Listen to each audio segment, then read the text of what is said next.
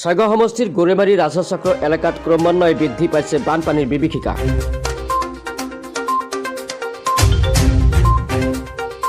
ঠাই ঠাই ছিগিল প্ৰধানমন্ত্ৰী গ্ৰাম সড়ক যোজনাৰ পকী পথ।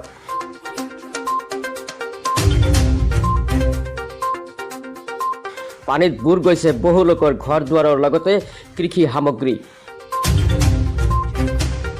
হাতীখোলাৰ পৰা লাৰুৱাজান গাঁৱলৈ যোৱা PMGY পথটো বাৰণী পানীয়ে উটুৱাই নিয়াত ব্যাহত হৈ পৰিছে যাতায়াত ব্যৱস্থা।